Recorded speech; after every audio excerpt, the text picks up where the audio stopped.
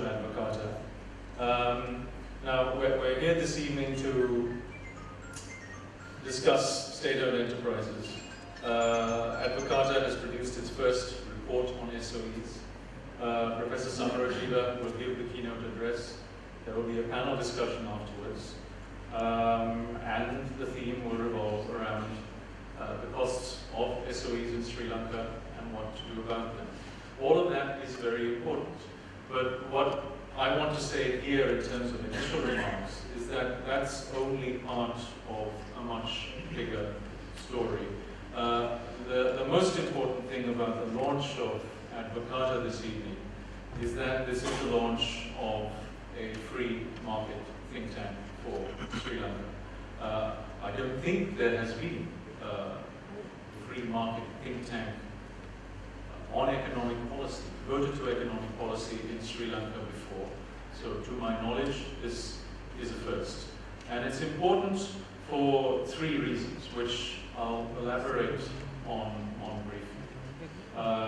It's to do with promoting a core set of ideas and aspirations, and the policies to back them up. It's to do with doing that in a specific Sri Lankan context. And finally, it's about taking advantage of this post-Rajapaksa window of opportunity. So let me make my comments revolving around those three points. To start with the first, about a core set of ideas. The basic idea of free markets is a universal one. The original ideas may have come from the West, but they've been in the hearts of people around the world. That is, by the way, true of Marxism and varieties of collectivism as well. They also came originally from the West as core ideas. Economic freedom is about individuals, and by extension their families and their wider networks, having the freedom to produce and consume every day without restraint and without coercion, under a common set of laws that govern property rights and contracts. It's not about the law of the jungle. It's about freedom, that economic part of it in particular, under the law. And this has been the engine of moving from poverty to decent living standards to prosperity around the world for time immemorial. And beyond that, for opening up opportunities and life chances for billions of individuals around the world. In other words, something that produces innovation and flourishing societies in the broad sense, not just in the material sense. Now, of course, there are other aspects of freedom, political, civic, social, and they are linked to economic freedom.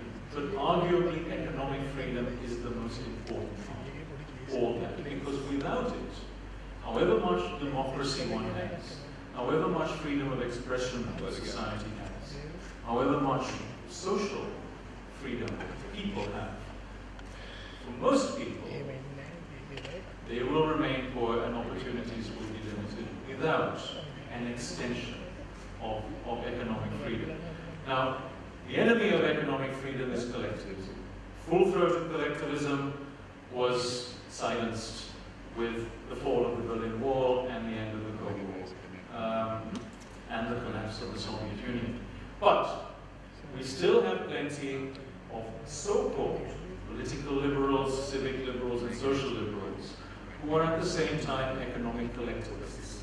And let me say, perhaps a little facetiously here, that reminds me of a number of people I know in and around Colombo 7, and their society wives, who, when they tire of shopping in London and Paris, and of parties in Colombo, and going to the Gold Literary Festival to show people they really do read good books, and when they tire of appearing in High Magazine, dabble in this or that donor darling NGO, and of course they are completely disconnected from ordinary Sri Lankans, especially outside Colombo and Western Province, although they presume to speak on their behalf.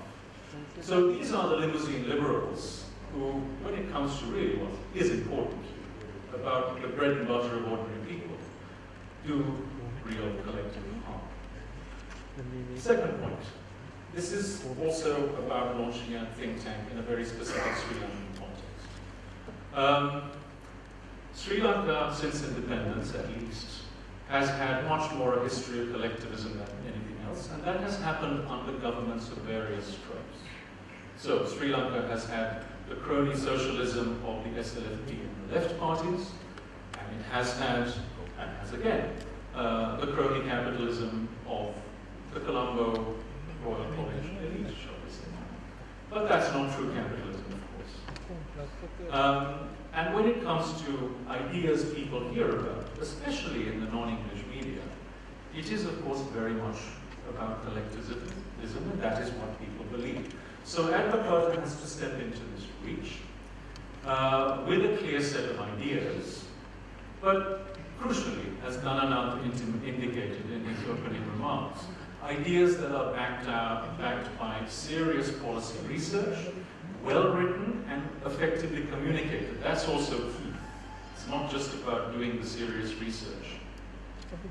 It's got to be about the costs of state-owned enterprises to ordinary Sri Lankans and what to do about it, about the costs of price controls that come through disastrous budgets on items like tea and hoppers, and the harm they do, especially to the people they're intended to help.